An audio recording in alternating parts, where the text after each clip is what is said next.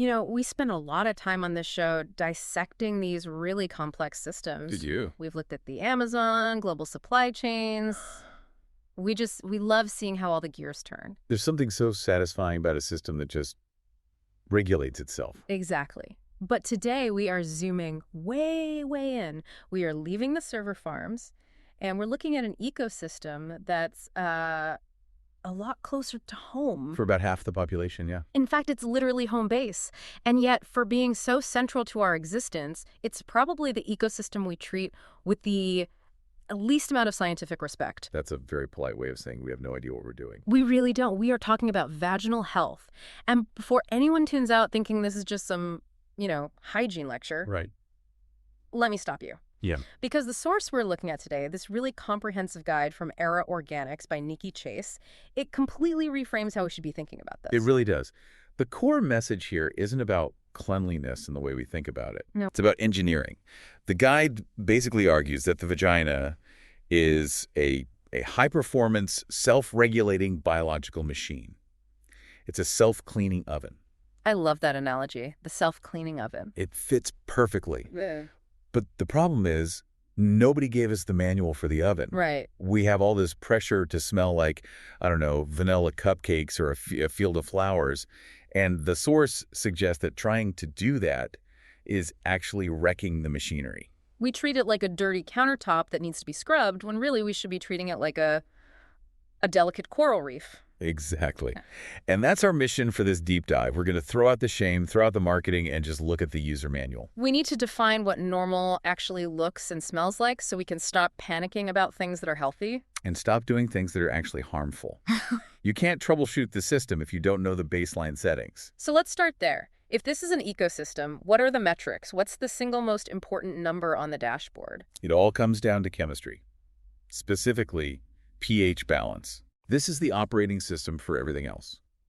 You probably remember pH from high school chemistry, right?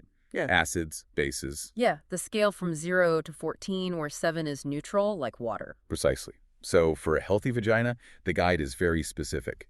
You want that number between 3.8 and 4.5. Which is, wait, that's actually pretty acidic. That's like tomato juice territory. It is, and that acidity is not an accident. It's a security system. The security system. The source explains it's basically a chemical moat around the castle. Most harmful pathogens, bad bacteria, viruses, they just can't survive in an acidic environment. So the body keeps the pH low to burn them out. That's incredible. It's biological warfare.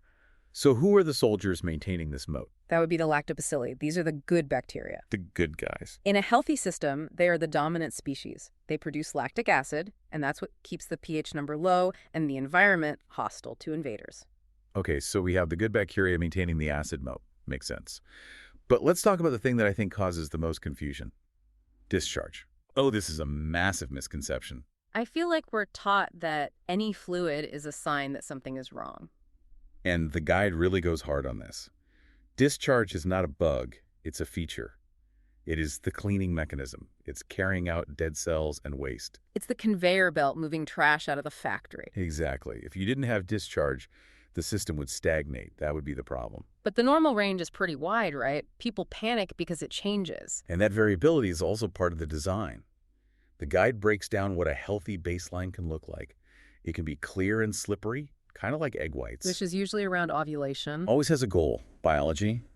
Or it can be more whitish, creamy, or even yellowish when it dries. That is all standard operation. It just changes with your cycle. Okay, so clear, white, yellowish, all good. The conveyor belt is moving. Now, the third metric, the one that drives a multi-billion-dollar industry, the smell. This is where biology and culture just completely collide. We're sold this idea that we should smell like a tropical breeze. Right.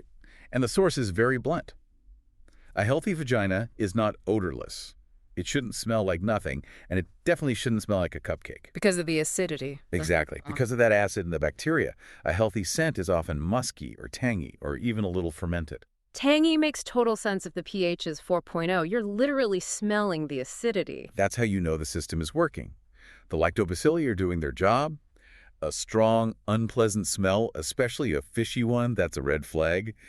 But a lack of a perfume scent, that is a sign of health. So if you smell like lavender, you've probably just nuked your ecosystem. That's a pretty safe bet. Okay, so we've got the baseline. Acidic, variable discharge, musky scent. But this ecosystem is fragile. Let's talk about the disruptors. What are we doing every day that's sabotaging this? It's a long list, and Right. some of it is stuff you just don't think about. Wait, Let's start with clothing. Oh, no. We live in the age of athleisure. Yoga pants, leggings, tight synthetics. I live in leggings. That is my uniform. Well, the source warns that synthetic fabrics like nylon or polyester, they don't breathe.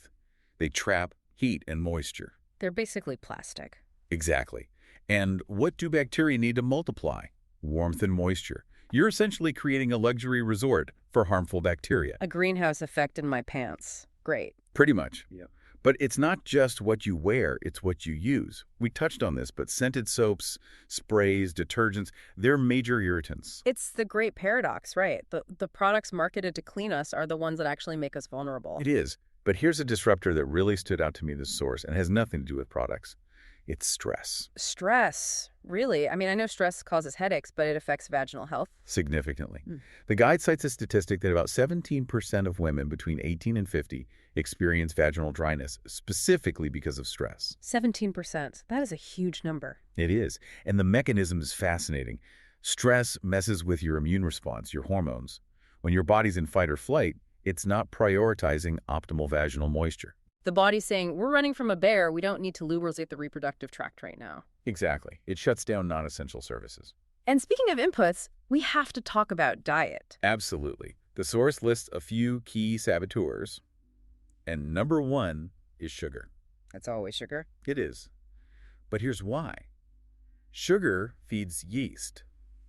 If you're prone to yeast infections, looking at your sugar intake soda, processed carbs is a really good first step. You're setting out a buffet for candida. That afternoon candy bar is fueling the uprising. Unfortunately, yes. Then you have alcohol and caffeine, which dehydrate all your tissues, and fried foods cause inflammation. Even some dairy can throw things off because of excess hormones. Like everything fun is on the naughty list. It's just about moderation, usually. But knowing the triggers helps you troubleshoot when things go wrong. Okay, so let's say things do go wrong. The system crashes. The guide outlines the big three issues. We should probably decode these so people can tell them apart. Right, because the symptoms can overlap. First, the yeast infection or candidiasis. The one everyone's heard of. Yes. The hallmark is itching, intense itching, and the discharge changes to that thick, white, cottage cheese consistency. Visceral, but helpful. Okay, what's number two? Bacterial vaginosis, or BV. This is a bacterial imbalance. The good guys get wiped out. The discharge is usually thinner, grayish, and this is where you get that strong, fishy odor. And the third one? UTIs, urinary tract infections. A little different since it's the urinary system, but it's the same neighborhood, usually E. coli. The sign here is burning during urination and feeling like you have to go constantly. Got it. So, itching in cottage cheese is likely yeast. Fishy and gray is likely BV. Burning when you pee is likely a UTI. Generally, yeah, though a doctor is always the best for a real diagnosis. But the guide also busts some myths that muddy the waters. Oh, I love a good myth-busting session. The biggest one. The myth that the vagina needs to be washed with soap. Wait, explain the anatomy again, because people use the words interchangeably. This is the critical distinction. The vulva, the external part. The labia that needs mild soap and water. It's skin. But the vagina, the internal canal, does not. You do not put soap inside. Ever. So vulva is outside, soap is okay. Vagina is inside, soap is a no-go. Precisely. Another myth. Discharge always means infection. We've debunked that. And the idea that menstrual blood is dirty. Oh, I hate that one. It's just a harmful stigma. And finally, the idea that all itching is a yeast infection. Right, because it could just be irritation from, like, your laundry detergent or something. Exactly. Contact dermatitis. Using over-the-counter meds might just make it worse if that's not the root cause. So we know what not to do. What about the maintenance manual? What are the best practices? There is one golden rule that the guide puts above all others. Do not douche. It's been marketed for decades as this essential cleaning thing. Why is it so bad? Because it's like carpet bombing your own defenses. It flushes out the lactobacilli, the good bacteria. It ruins the pH. It actually increases your risk of infection. So you're trying to clean, but you're actually unlocking the front door for the invaders. You got it. The proper cleaning routine is so simple. Wash the outside with warm water and mild unscented soap, and wipe front to back. to stop the E. coli transfer. Exactly. It's a simple mechanical fix that prevents a lot of UTIs. And wardrobe? Besides ditching the polyester. Breathable cotton underwear is the gold standard. The guide also suggests sleeping without underwear if possible. Let the area breathe. The commando strategy. It works. Reduces moisture buildup. And what about diet as a fixer? Can you eat your way to a healthier ecosystem? Yes. Probiotics are key. Yogurt, kefir, they help replenish the good bacteria. It's so cool that your gut health is directly connected to this. The microbiome is all connected. The guide also mentions vitamin D from salmon and eggs and vitamin E from moisture. And just hydration. Drinking enough water is crucial for natural lubrication. Okay, so water, yogurt, cotton underwear, that's the starter pack. But what if you're doing all that and still have issues, like persistent dryness or a pH that won't stabilize? Right, and this is where the source details some more targeted solutions for when lifestyle changes just aren't enough. So what's first? Let's talk about dryness. It can be caused by menopause, postpartum, even allergy medications. That one blew my mind. Antihistamines dry out all your mucous membranes, not just your nose. Exactly. So for that, the guide highlights a product called Harmony Vaginal Moisturizer. And this isn't just a lubricant, right? No, that's an important distinction. A lubricant is for, right now, for friction. A moisturizer is for long-term tissue health. This one has aloe vera, vitamin E, coconut oil. It's designed to hydrate the tissue and improve elasticity. It's skincare, basically. Skincare for the inside. Okay. So what about the chronic infections, the recurring BV or yeast infections? This is where the guide suggests a sort of reset button for the environment. Boric acid, vaginal suppositories. Boric acid sounds intense, like something you'd use to clean your bathroom tile. The name is intimidating, for sure. But it's a well-established treatment. It's medical grade, and its whole job is to reset the acidity of the vagina. So if the pH has climbed too high, this just forces it back down. Exactly. It creates an acidic environment where the bad bacteria and yeast just cannot survive. Yeah. It clears the board. But, and this is a massive but, these are suppositories. They're inserted internally. You do not eat them. You absolutely do not eat them. They're toxic if swallowed.